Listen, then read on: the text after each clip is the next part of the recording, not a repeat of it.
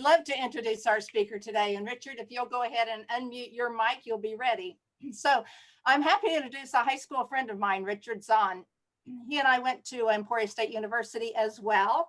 He's a member of the Iola Rotary Club and also a Paul Harris Fellow.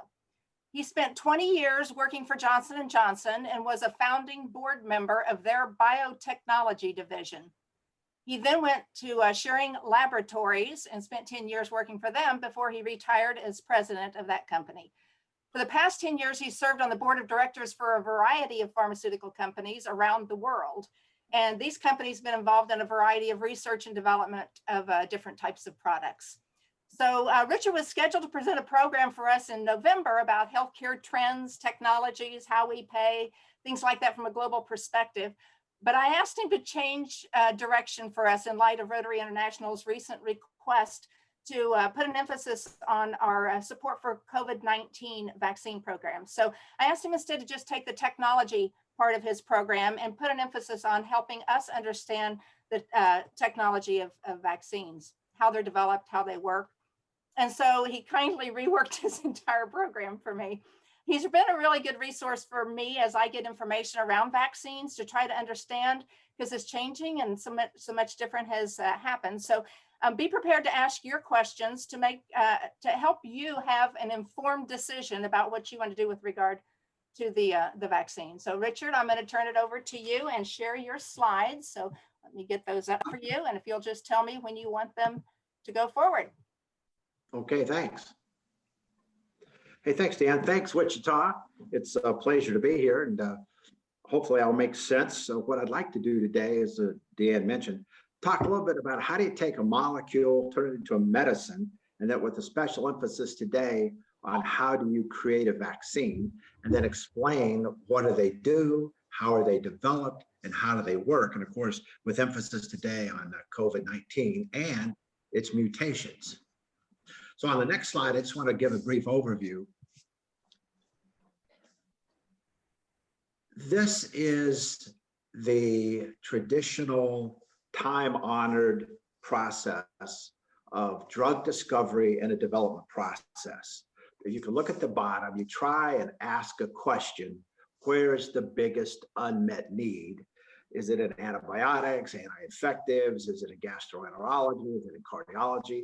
Where do we have the biggest unmet need? And you could start with 10,000 targets. And this process is iterative, that you model, you test, you use current science to find lead products. And however, it's still primarily focused on medicinal chemistry. When you take a solid dosage form, antibiotic, a beta blocker for your heart, or, any kind of like Tylenol or pain medicine, they're derived from a medicinal chemist. And then those medicinal chemists create structures that can be measured against a target.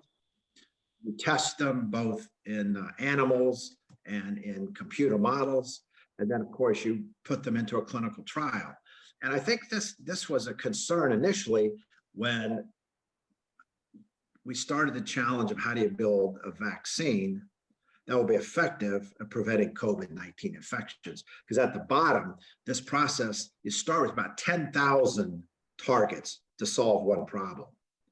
It takes 10 to 15 years, $2.5 billion to end up with a successful product. So there's a high mortality rate along the way where predictive models don't yield a viable process. So this is a traditional chemistry-based drug discovery. And by the way, a lot of this chemistry-based discovery today is based in India that have thousands of medicinal chemists.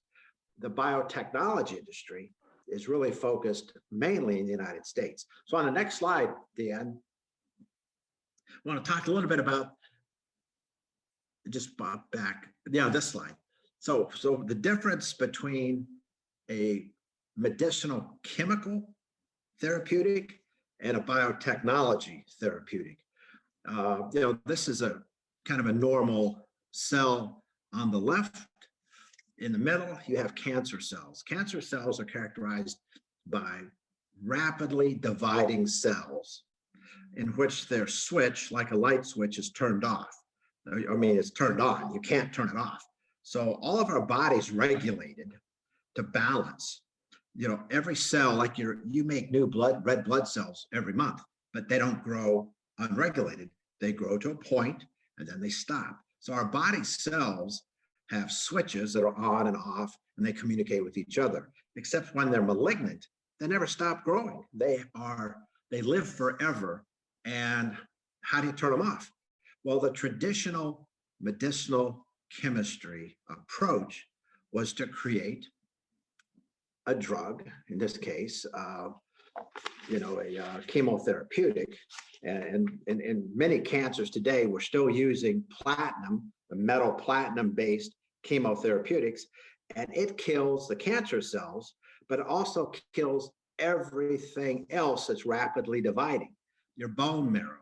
So it kills the bone marrow. So you don't have white cells, you don't have red cells. Your hair is rapidly growing, so your hair falls out. So, you know, there's the old saying that we hope we kill the cancer via chemotherapy before we kill the patient. So it's very nonspecific, very effective, but it's a balance between killing the bad rapidly dividing cells and the good cells that you need to live. And a lot of progress has been made in managing anemias and infections through that process, but nonetheless, it's still quite potent and quite toxic. Now using biotechnology, so chemistry-based is on the left, kind of a poison. On the right is using biotechnology. And several years ago in the 1980s, 70s and 80s, a lot of cell proteins were discovered. That top slide on the top right illustrates a cell protein. Those cell proteins have it's like a switch. And the way to turn off the cell is to introduce an antibody that is like a key. So I go back, okay, it's like a key at the top, and I'm pointing at it, which you can't see, but when it locks in, which is that bottom slide, it just turns off the growth phase of that cell. So you identify the genetics of the cancer cell, you identify the cellular proteins that are little clusters of proteins, and you find which ones of those clusters will act as a switch and turn off the cell. And so today, like in lung cancer and a lot of other cancers, biotechnology is being very specific in just turning off the switches for the cancerous cells and not every cell in your body. So that's the difference between biotechnology. You're using an antibody to interact with a protein to turn off the cell's negative activity, as opposed to just trying to poison it, to trying to introduce a toxin or to try and kill the DNA. You are turning off that body's signaling. Now, how does that relate to vaccines? Because, how does medicinal chemistry, how does biotechnology? Well, biotechnology has a lot to do with vaccines. In the next slide, it shows, well, okay, here we're going to go to,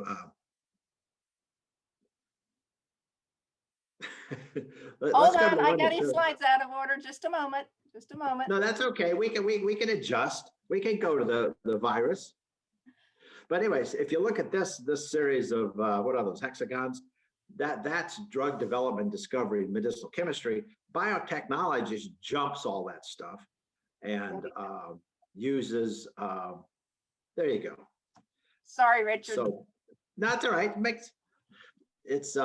It uses biotechnology. So, instead of having to find 10,000 options or having, to do screening, you can understand through genetics what part of a gene has a defect and try and correct that defect. So all cancer, for example, is genetic. It doesn't mean you inherit it. Does not mean it's that kind of inherited genetics, although some is. But all cancer, somewhere in your body, there's a chromosome that has a defective gene. And that gene, if you can turn off the gene and correct the problem, is a lot better than just trying to poison the body with chemotherapy. So this is just kind of an illustration that we knew a lot about how to downregulate cells. We knew how to deal with viruses. And so, there was a lot of leverage that was introduced into this vaccine race. And they were using known genetics, known processes, and kind of off-the-shelf technologies. But I think the next slide talks about the virus, and we'll talk about the vaccine. So Okay, basically, I'm not sure. Okay, you're gonna have to tell me which one you want next. Not that one. Not that one. That one? Nope. It's the That one one? that says virus mutations. Back. That one? Nope. No? Nope. That's virus mutations. No, it's not. Okay, there we go. Virus mutations. Okay, I'll get it. Sorry. That's You need a better administrative assistant, Richard. Okay. Well, hey, I'm not doing it. Thanks. I guess kind of in summary, we've transitioned from strictly medicinal chemistry and approaching disease through chemicals. We have identified proteins and cell signals. And we now know the cells have all kinds of communications. It's like a house. It's like the wiring in a house. And you want to work on the specific room's electricity and the wiring, not the entire house. So on the left, you have a illustration of the coronavirus as we know it, COVID-19. It's a typical coronavirus. There's a lot of them out there. The little spikes are actually little towers of folded proteins. That protein allows that virus to enter the cell. Now, the current COVID-19 that is primarily dominant in the United States is not that specific. It kind of bounces around like a beach ball in a rock concert until somebody grabs it. So that virus is bouncing around in your body until those little spikes find an entrance into a cell and infects the cell.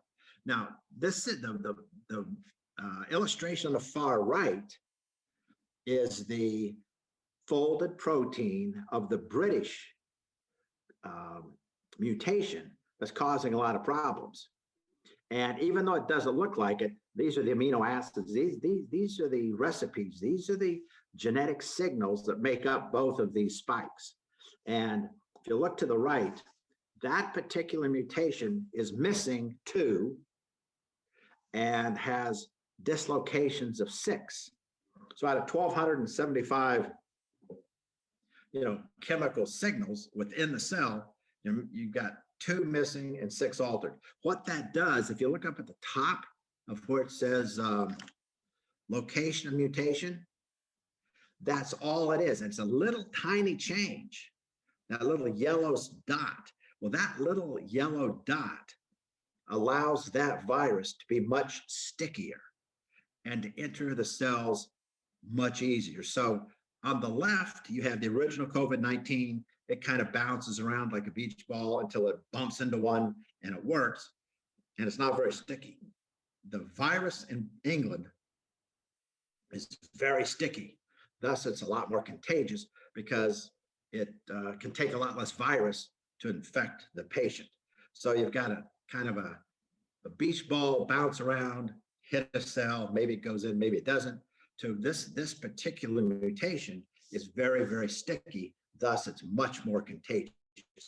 Now, Moderna and Pfizer both have tested their vaccine against this mutation and said it's highly effective. So to date, there are theories about like the South African mutation or maybe the Brazilian mutation might be different, but so far the dominant mutation is still susceptible to the vaccine. Now, the next slide should be mechanics of vaccination. So there we go. That's it. So this is where I want to spend a couple minutes. So we've talked about, medicinal chemistry. We've talked about using biotechnology that uses DNA and RNA and cell signals to down-regulate the communication between signals. So in the case of cancer, you would turn off the cell so it doesn't grow. In this case, how do you build a vaccine. And these are the two that the RNA versions are the two that are on the market now. And the Johnson & Johnson vaccine will be based on DNA. And why did they select them? Well, first of all, these are instructions. These aren't native. These aren't natural DNA and RNA. There are machines in laboratories that you program and they create the RNA. The RNA is limited. The recipe is limited to only make certain things. So it cannot infect you. It cannot give you the virus. It cannot make you sick. It just creates the spikes. And the spikes are what attract the body's antibodies. So the COVID vaccine from Moderna and Pfizer use RNA. It's a manufactured RNA.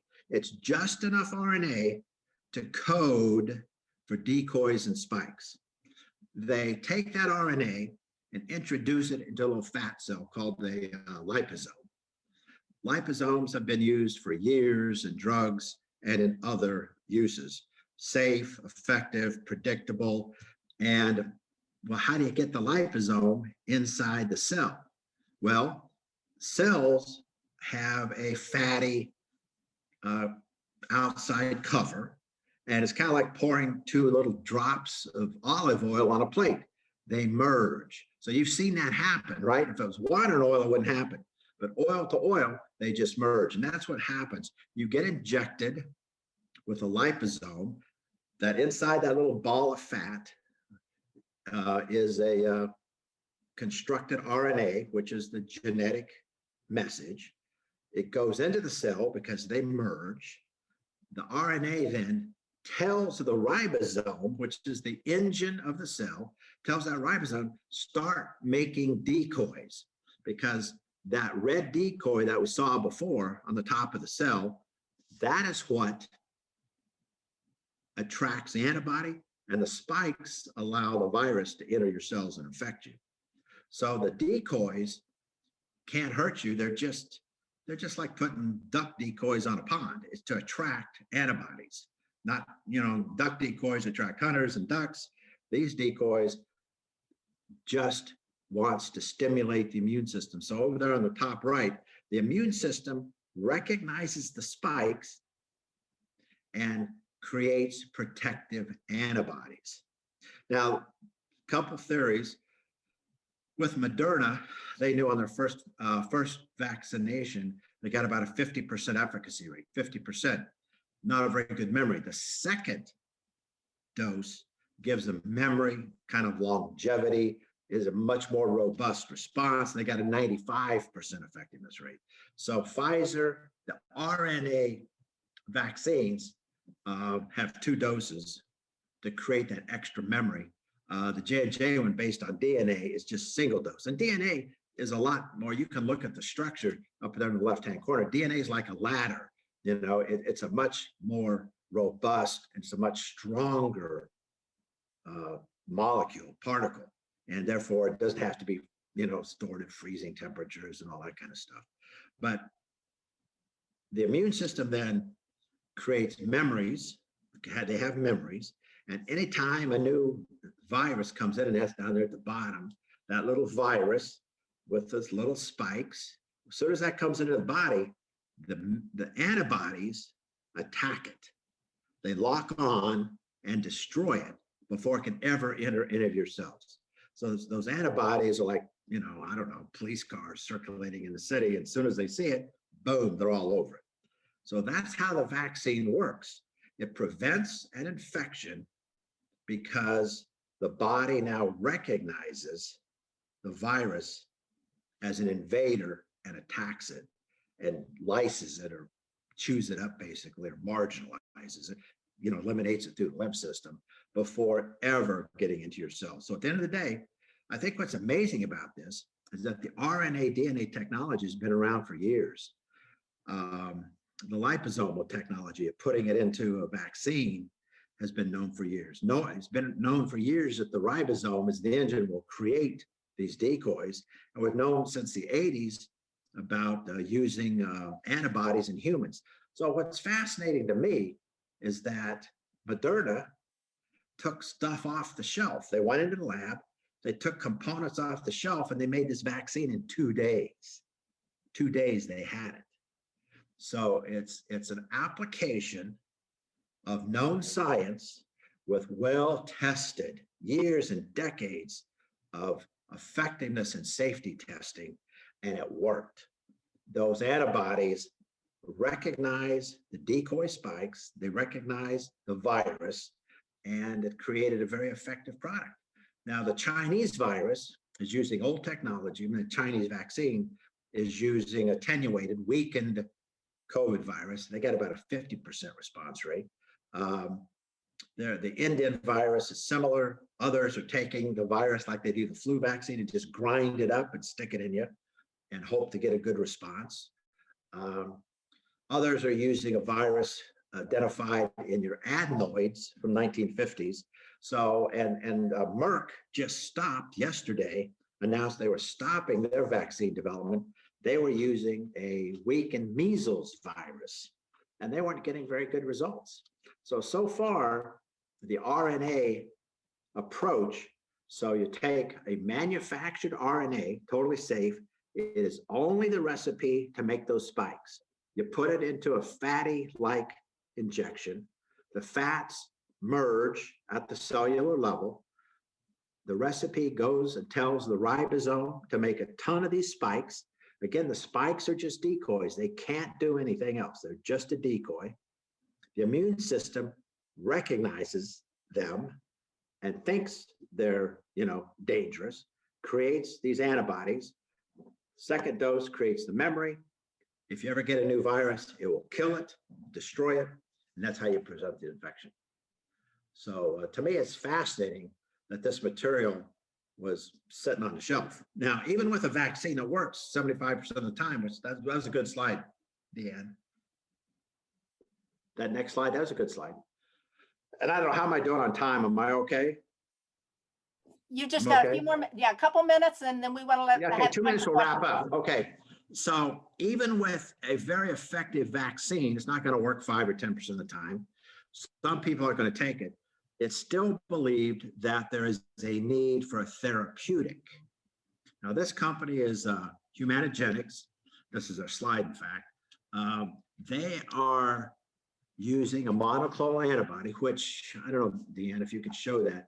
It's that at the very top of the screen up here. It's that little Y is antibody. That's their antibody disabling the virus. Because if you don't disable the virus, what happens is down here on the left, the virus attacks the macrophages. The macrophages are like the Pac-Man of your immune system. They go around chewing up stuff, chewing up bad stuff.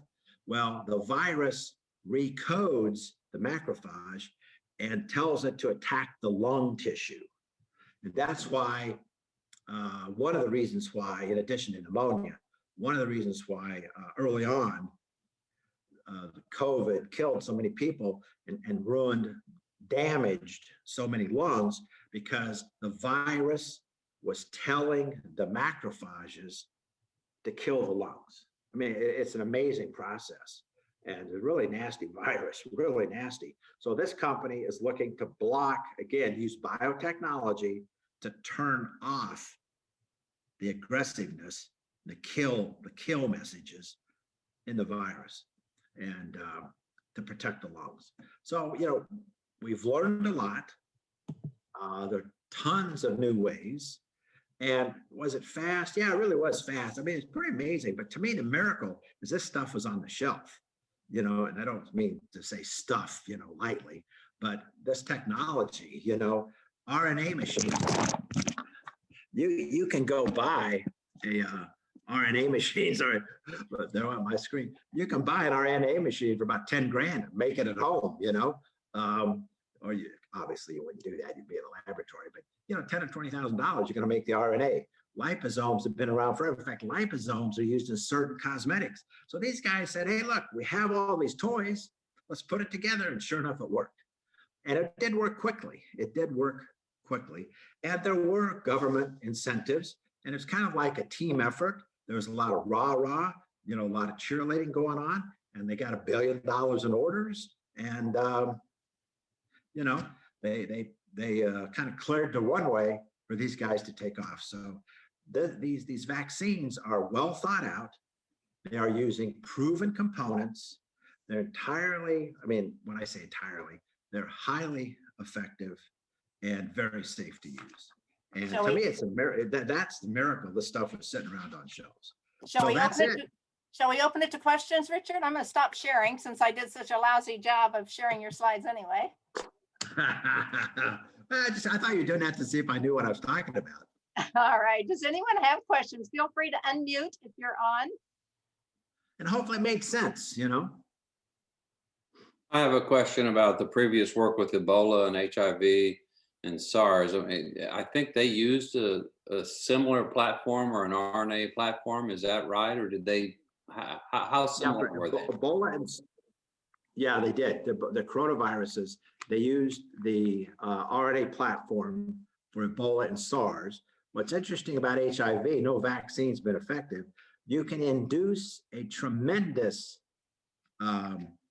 antibody response. In fact, the human body produces massive amounts of HIV antibodies, but they're not blocking antibodies. They're not effective. So that's why we treat HIV patients today with, starting with protease inhibitors to limit the HIV from entering the immune system to the CD4, that cluster of differentiation 4. So it basically, HIV is a disease now you treat the rest of your life, and you can live with it the rest of your life, but you can still be infected. But they found that a protease inhibitor is more effective. And for whatever reason, in the human body, they make tons of antibodies for HIV, but it doesn't. But Ebola and SARS were clearly RNA. So there was a lot of knowledge around RNA, a lot of knowledge how to, put it in a carrier, a lot of knowledge how to introduce it into the cell. Colin, are there any questions in the room? I have a question whenever. Hi, Jerry, go ahead. Go ahead, Jerry. Okay, Richard, talk to us a little bit about the Johnson & Johnson vaccine. Supposedly only one dose, DNA-based as opposed to RNA-based.